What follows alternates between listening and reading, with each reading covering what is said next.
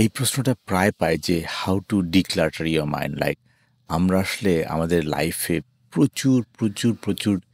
নয়েজের মধ্যে আছি এবং প্রচুর ইনপুটের মধ্যে পড়ছি এবং প্রচুর এভরিথিং লাইক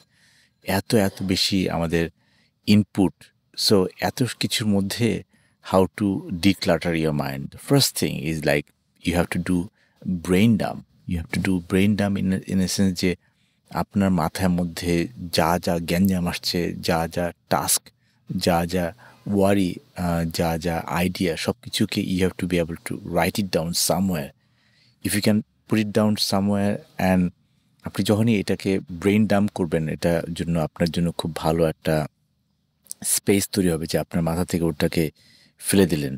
সেকেন্ড হচ্ছে গিয়ে when you brain dump you should be able to write it